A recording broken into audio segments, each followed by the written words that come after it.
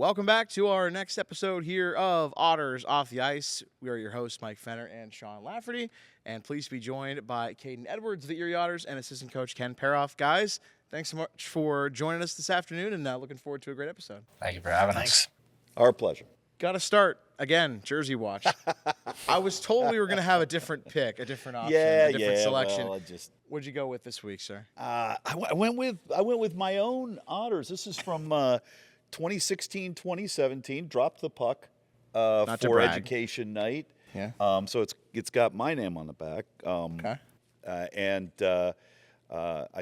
After dropping that puck, I mean, I expected a ring, and I still never got a ring. So hey, I'm still in Erie. Still a chance. Yeah, still a chance. What you're saying, there's a chance. And we understand it's not the only Lafferty Otters jersey that you've seen out and about. There's a couple more floating out there somewhere. I don't know. The two guys that had them were entertaining. Good stuff. All right. So before we get into the fun stuff, we'll kind of take a look back at the most recent outings for you guys. We'll start off Friday the 20th, a 4-3 overtime loss to Oshawa. Hard-fought game, a battle in that one. But we'll start things off in that first period. You guys outshot the Generals 11-5. It was a 5-goal period between both teams, leading 3-2. What'd you like about that start? What didn't go well in your guys' estimation, looking at that Oshawa game? Go ahead. The message was to set the tone pretty early. I like that we got on them early. Our shots did that. We got pucks to the net, created chances, hence the reason we got a couple goals in the back of the net. And when you start a game like that, it sets yourself up pretty good for the other two periods. Yeah, I think if I remember correctly, it was 8 minutes into the game. I don't think they had a shot yet. So obviously the guys really showed up to play and, took control of the game right away. This isn't a building I think Oshawa is overly familiar with. It's nice to see us kind of, get a good early jump like that. As the game progressed, I think, too, we liked the way we played. In terms of scoring chances, grade A chances, expected goals, however you want to look at it, probably deserved a better fate.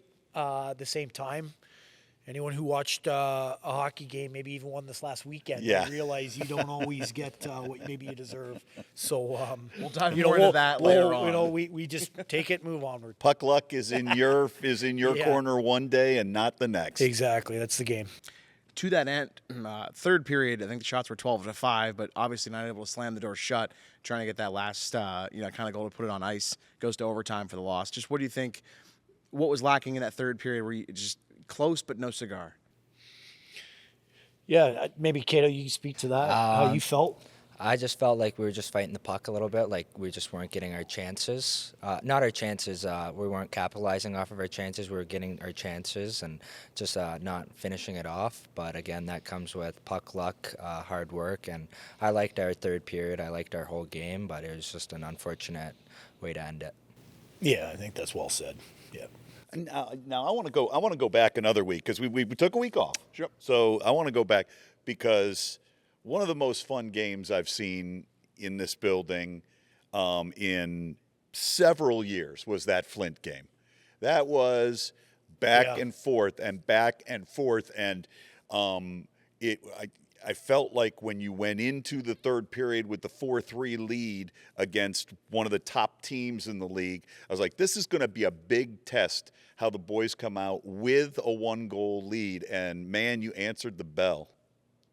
Yeah, correct me if I'm not wrong. They scored right away coming out of the third to tie the game. Yeah, they tied it. Yep. Yeah, but it was good to see that our group didn't get down on each other after they scored that. They are a great team over there, so it could be easy to put your head down and think that they got the energy coming out the third, but our group stuck together and put our foot down and went to work, and we got rewarded for that. What'd that feel like? I mean, like I said, on paper, people watching, especially teams jockeying for playoff position, they're looking at Flint, they're going, okay, they got Erie tonight, whatever, and Erie smacks Flint. How'd that feel in the locker room? It felt good because Flint has given it to us a couple games this year, so it felt good to shove it right back at them in our barn with the best fans in the league. It was fun to play hockey. You're doing things, and the crowd were oohing and ahhing, so it was fun. It was really fun as a player standpoint to play in that game, and it's amazing. It was fun to watch. I'll put it to you that way. Yeah, it behind the bench, I think, we've talked a little bit as a staff or as a group, I guess. Why are we better at home? And when you play a team like Flint, who quite frankly is a better on paper hockey club, they're a little further in their maturation cycles per se. They're looking to win a championship this year. The, I guess, fuel we got from the crowd and the energy we brought, or I guess gave the crowd, made that a pretty special night. And like you said, I think you mentioned one of the better games you've seen in the last handful of seasons. I'd agree. Outside of like a playoff game or games really late in the year, that's about as close as as it felt. So, again, on paper, that's a really good team over there. I think it's really validating for our group to, hey, maybe we're on the right track, or maybe on any given night we could punch with those guys. And awesome night altogether. Yeah, like I said, it was a lot of fun to watch, and it was you could feel the energy, you could feel the guys, kind of feeding off of each other out there. And in that stretch, you also had the Owen Sound game. And for you, coming into that game, was it 1 for the season, 2 for the career? Am I correct on that for Correct. goals scored? Yeah. And in that opening period alone, you had 2 goals. You scored 7 seconds after Erie's opening goal. Just thoughts on that first period, and how much did that give you a lift? It gave me a big lift. Obviously, I was a little snake bitten with only 1. It's not the pride of my game, but I feel like I can score goals, and to be able to get 2 right off in the first period made the rest of the game go a lot easier, and it also builds confidence for not only me but my line mates and the rest of the team going forward. So a big win like that helps our group lift up off of each other. Does wonders for the shot percentage. Yeah, no kidding. Yeah. I believe it's 5 goals your last 5 games, if I'm not mistaken. Just what's working for you, and how confident are you feeling now? I'm feeling good. I haven't got too high on myself yet. I'd like to stay level grounded, obviously because it's a long season, and just because I'm doing well right now doesn't mean I have to change anything. I believe I should work even harder than I have before, just to stay at top. But it feels good. Like scoring goals, anybody would say that it's truly fun. But it's also very fun to see the team win, and if I could help contribute to that way by putting the puck in the net, I'm more than happy to do that. It does not feel the same if at the end of the day there's a loss, right? I mean, it's just personal stats aren't that big a deal at that point. Yeah. And obviously, we talked to you in media about just playing with guys like Jackson Schouten and Ritter Coombs. How much has that helped as well with kind of growing that? Yeah, they're a blast. I love playing with those two. Rit, hell of a player. Shouts, hell of a player. It was good that we picked up Shouts after the deadline. He's brought a lot to our group. He also brings a lot of safety.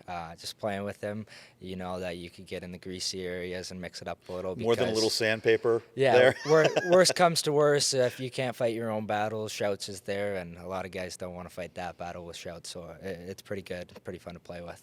We learned earlier today with talking with Jackson that he's actually got the welding card. He's kind of a blue collar guy. What can you guys say about what you know about that? And just getting to know him, I guess, since he's joined up on the team, and kind of that hard work mentality. He seemed to kind of dive into that with us earlier. Yeah, he tells me he drills wells 150 feet down. Yeah. So when I have never heard that before. I've never met somebody, so that was pretty cool. I picked his brain, but it seems like it's hard work, right? And he doesn't shy away from it on the ice, and you could see that, the fans could see it, and it's good to play with that because you could build off of it, right? Like if guys see him working hard, then other guys pick it up, and he's just a great guy for our team and our locker room. Yeah, he's been a tremendous add for us. I think watching the players and watching how much taller they stand with him around, he's a presence. He really is.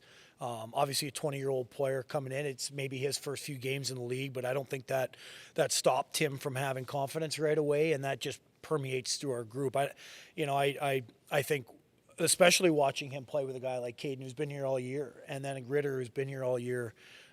He's added so much life to that line, and they've found something. It's great to see. It's not, I think there's this notion that you need to be, skilled all the time in how you play, but sometimes just hunting gaps and getting underneath guys and getting to the net and playing hard and putting will first, it carries them so far. And they've been able to do that every night for us.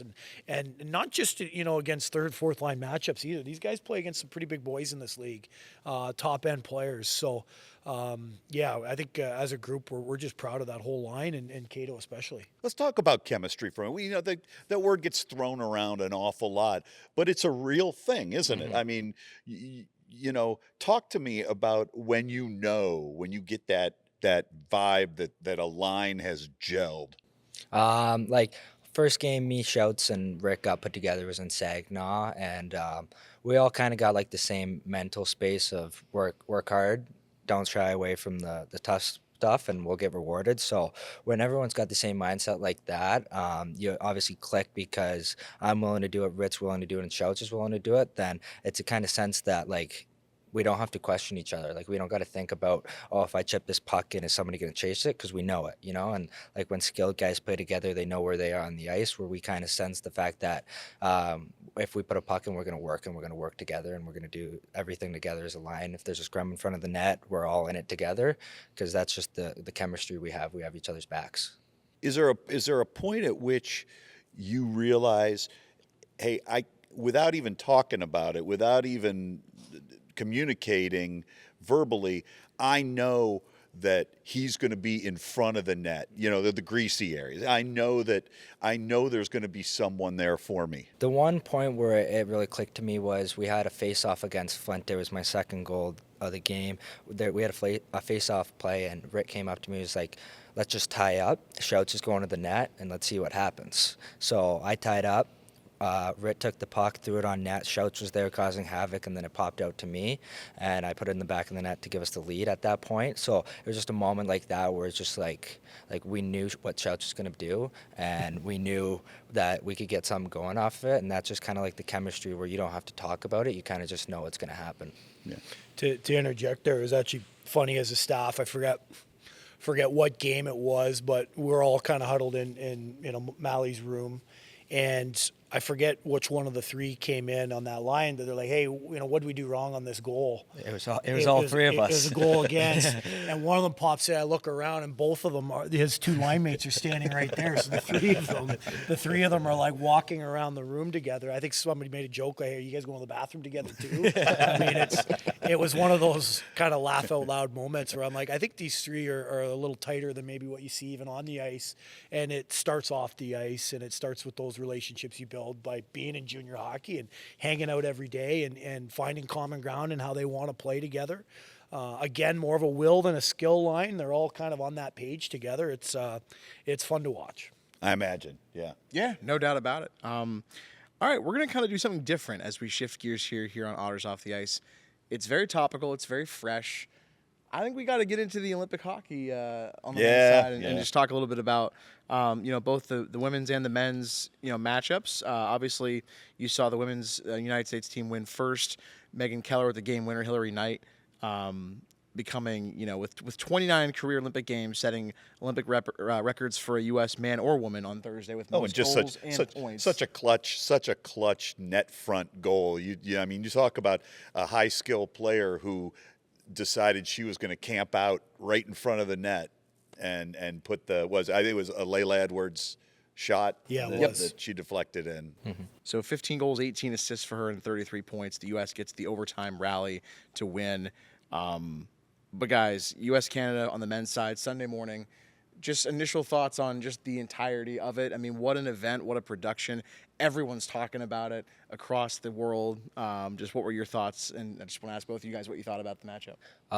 The matchup was some of the, if not the best hockey I've ever watched. It's the best players in the world going at it against each other.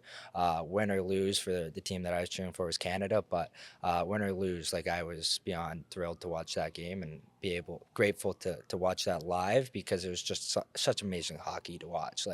You got guys like Brad Marchand and McKinnon, those guys are skilled guys in the league, but they're putting everything in their whole body on their line and doing things that they might not be comfortable doing for their country. And Jack Hughes taking the stick off the teeth and coming back to score that game winner. It's just that's what hockey's about. It's bigger than on the ice. You're always playing for something.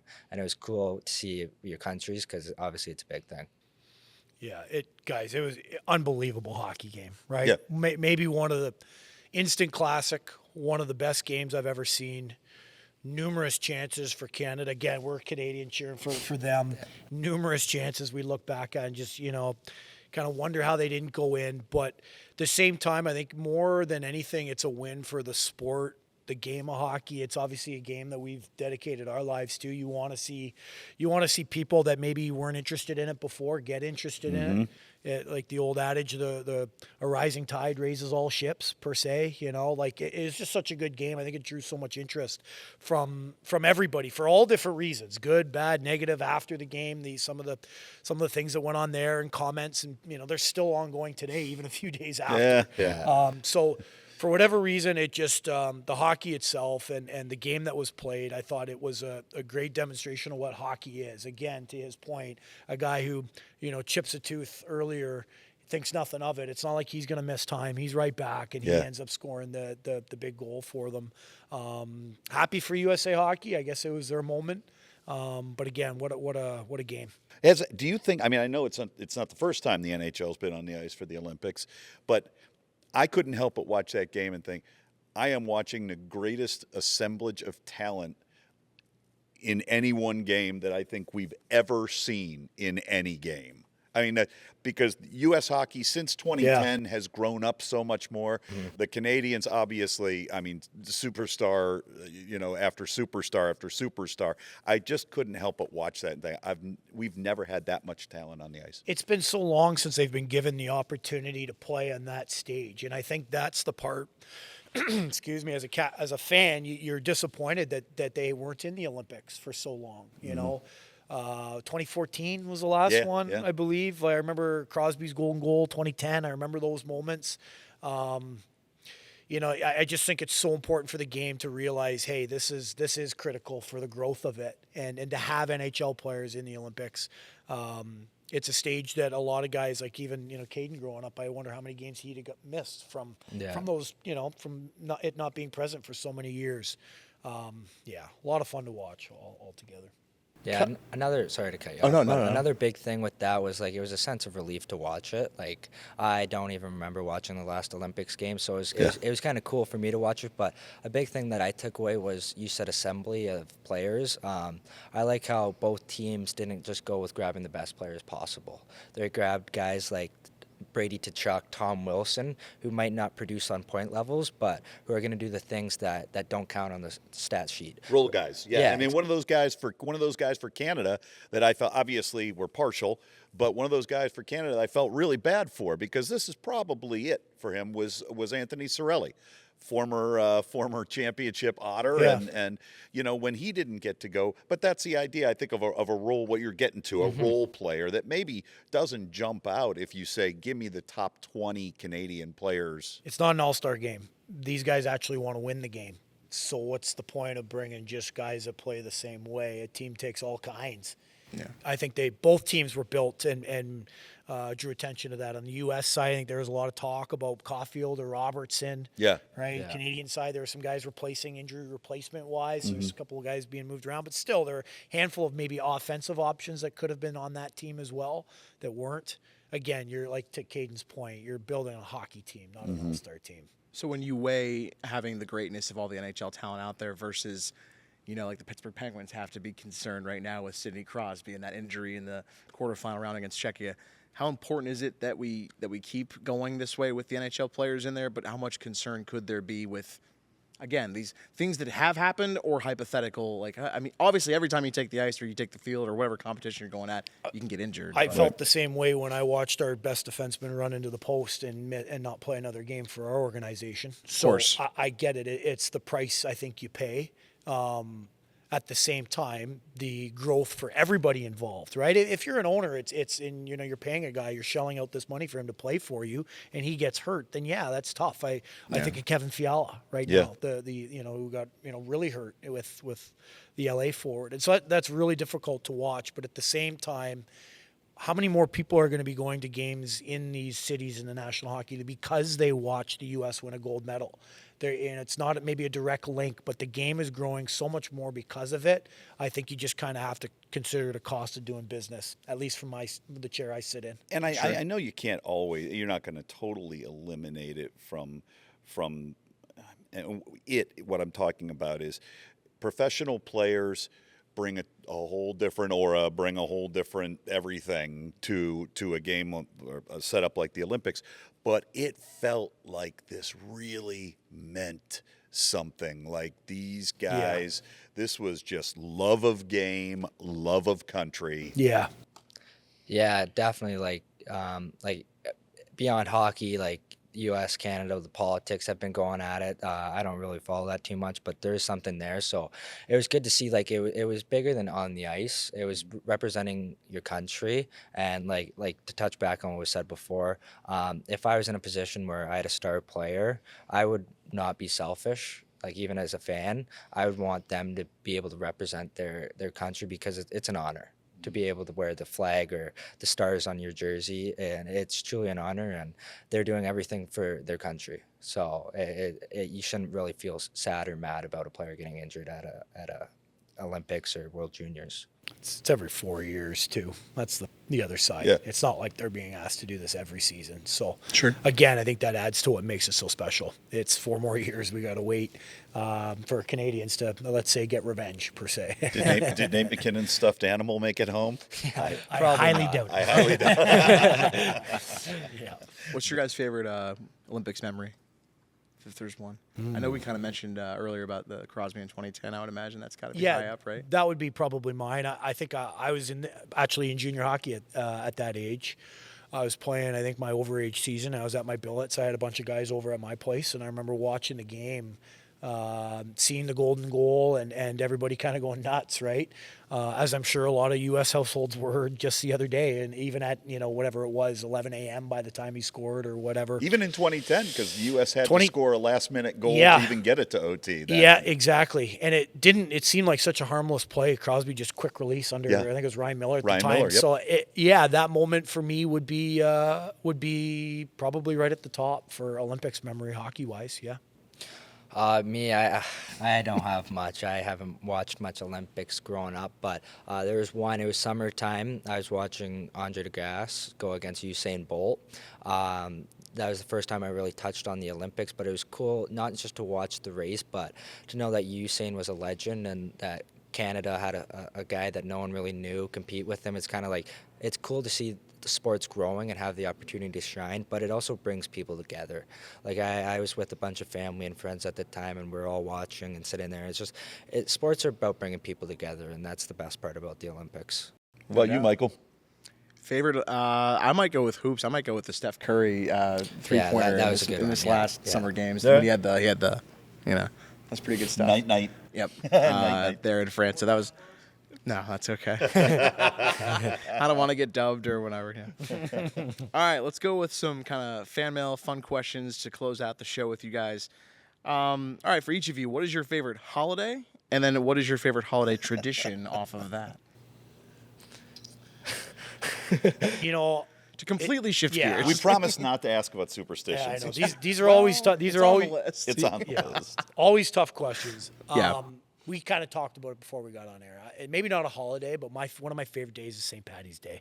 All right. It really is. It's just how many, I think back of what I did over the years, maybe when I was in university, when I was younger, when I didn't have, say, young kids at home, some of the shenanigans you can get up to.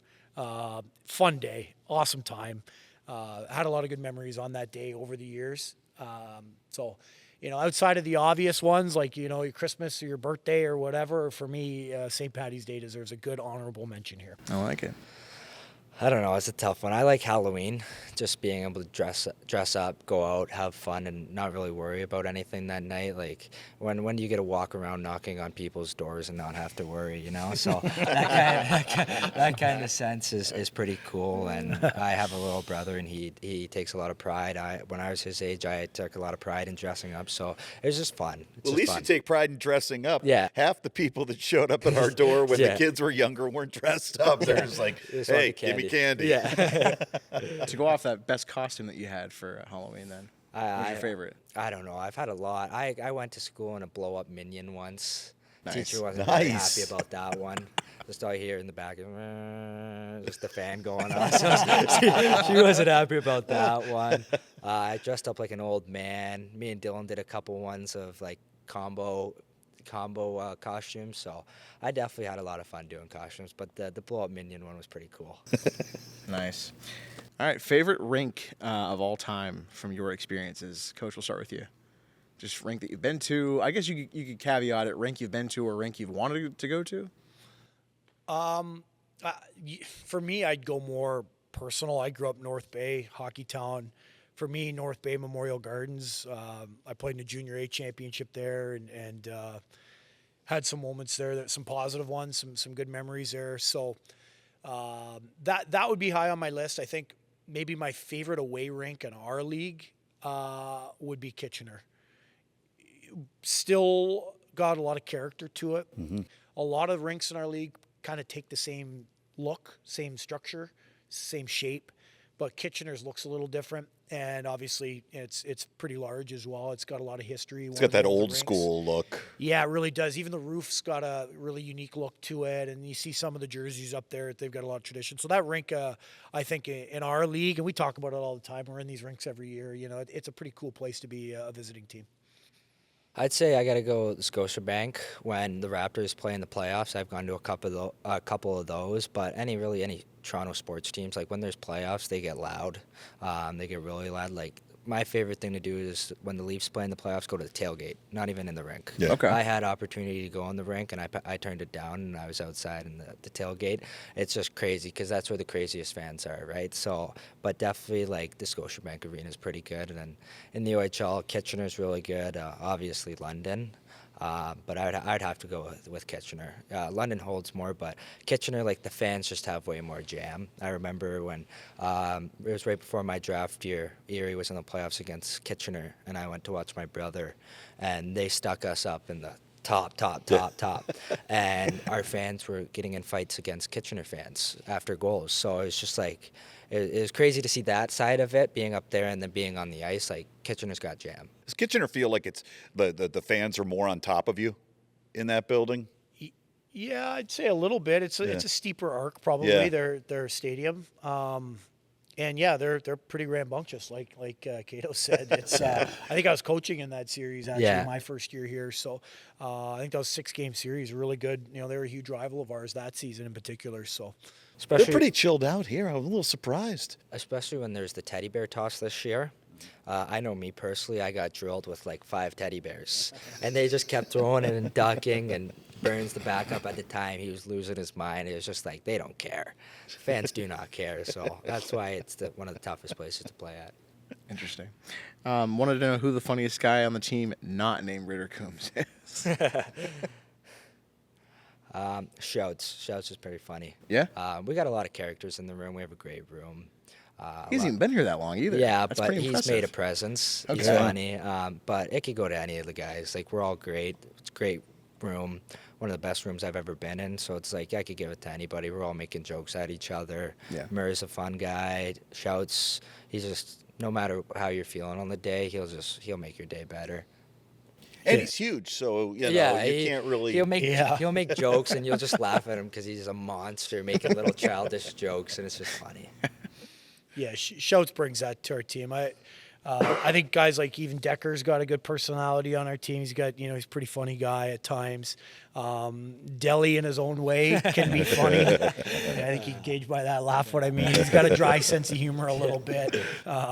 So Deli's worth a chuckle once in a while too. There, we got, like Cato said, we've got some unique personalities on this team, and I hope that never changes.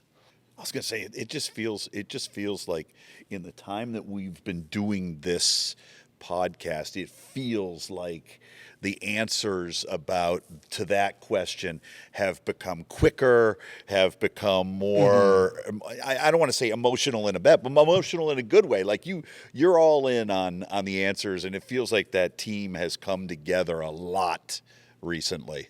Yeah, we hang out a lot as a team. That's a big thing for us, is like when we go out at a billet, like we're making sure nobody's left out and nobody's staying home, because I know me, I have more fun being with the team than being by myself at a billet house, right? So it's just little things like that. And obviously our record isn't the best this year, but that also brings us together.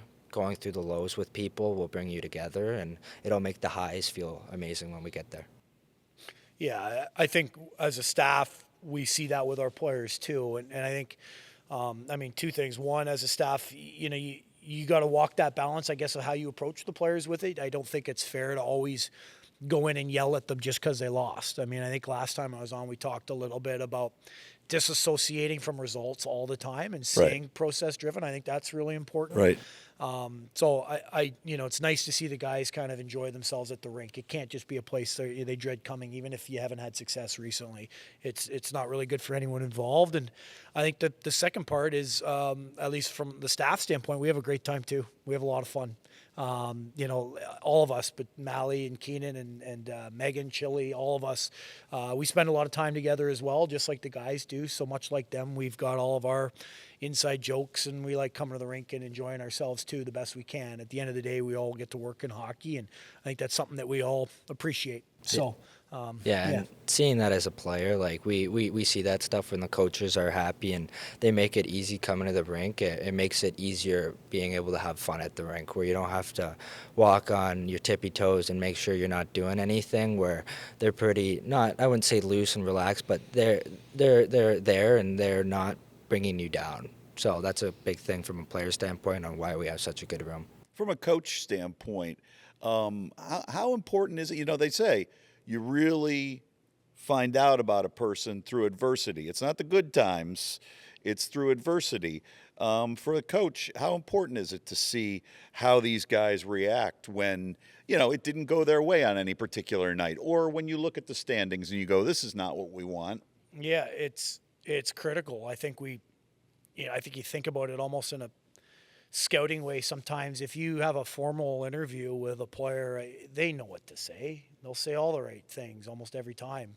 But how do they act when they turn a puck over and their team loses by a goal? Do they go up the next shift and take another stupid penalty, or are they able to, kind of have the wherewithal to push forward and go through those things and go through them successfully? It's all part of, I guess, the rebuild that we're in, if you want to call it that, and trying to look at the guys and understand, who acts the right way in these moments, who can we keep to be a part of the future here that we hope is really special. And you learn just as much, if not more, when you go through adversity, like you said. So from a staff standpoint, it's been really important to really keep an eye on where the group's at and who's helping and who's hurting really in these situations, because could be a big difference. Sounds like you got a lot more helpers. If I'm reading this room honestly, right. yeah, I think it's the room's strong right now. It is. It really is, and I think you see that in games like the Flint game, for example, we spoke about earlier. So as long as you keep seeing those signs, I think even if you just watch practice today and saw how competitive it was, and saw, I guess, some of the moods at practice today, it's easy late in the season. You haven't won many games lately. It's easy to come in here and just dread everything you do. But I think you look at the life around our team and the energy around our team, there's a lot of positive signs to take from it. Couple left. We will do the superstition question. Anything? Superstitions? On a game day or otherwise? Not really, no. I do a thing with Murray in the warm-up. That's about it. But I'm pretty, just get to the rink, tape my sticks. I sit there and listen to music and just kind of relax. Not relax, but don't be so hyper-focused on the game. Kind of loosen up until go play some sewer, warm up, and then once I get back into the room getting dressed is where I kind of start to hyper-focus on the game. But no really superstitions. Yeah, I don't know if they're superstitions, but our routine, now that we've been here for so long, it's pretty firm. I know exactly what time I'm going for my meal at, and I know when I'm coming back. I know exactly what time my meeting is. It's the same time before every game. I know what channel I'm going to watch after my meeting, and while I wait for these guys to warm up, I'll be in there watching fishing or hunting and just kind of relaxing, waiting for the game with the guys. I'll wait. If my daughter's there, I'll take her out on the bench for warm up. If she's not, I'll sit inside the room. I know what time I'm putting my suit on. Everything's down to the minute, really, at this point of the season. I think we're all creatures of habit. So whether you kind of call that superstition or just being really habitual with it, I don't really know. But I know all of our habits are pretty formed by now. We'll call it being prepared. Yeah, that's a good way to put it. Probably a better word, yeah. Final question from me, and then I'll shut up to close out the show. Favorite current show to watch or past show? What are we watching right now?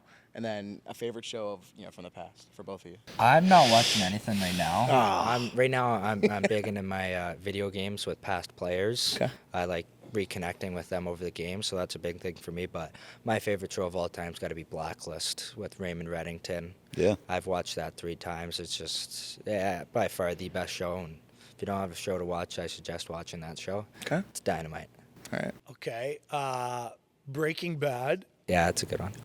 Again, That's an all-timer for it's me. an all-timer for so many people for Yeah. obvious reasons to anyone who's watched it. Yeah. I'm actually trying to watch The Sopranos right now. I've never seen it before.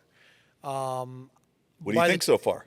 I'm like probably 2/3 of the way through the first season, so I'm not very deep. It's good. It's quite good. I think it was a little before some of these other series times like Breaking Bad and what have you. Yeah. I'm really enjoying it. I'd be lying if I said I can get through more than 1 or 2 episodes a night. By the time the everything's cleaned up, kids are in bed, you finally get to relax. Yeah. I don't really get a lot of time to watch them, but I do enjoy watching TV when I get a chance. Keep going with Sopranos. Yeah, Keep going. I will. It is I will. Have you seen really, it? Yeah, oh yeah, it's really good. Where does it rank for you? Oh, it's top 5 all time. Okay. I really like it. I mean, I didn't even when you watch it in reruns hit skip intro. Right. I just watched The intro's a pretty cool. It's a pretty cool intro. Yeah, it is. Wow, what an endorsement. There you go. That's good. Cool. All right. All right, guys. Well, that is the show. Coach Ken Peroff, Kayden Edwards, thank you guys so much for joining us once again. Appreciate your time. And for Sean and Mike, thanks again for joining us here on Otters Off the Ice. We'll have another episode for you soon. Stay tuned and looking forward to seeing you next time.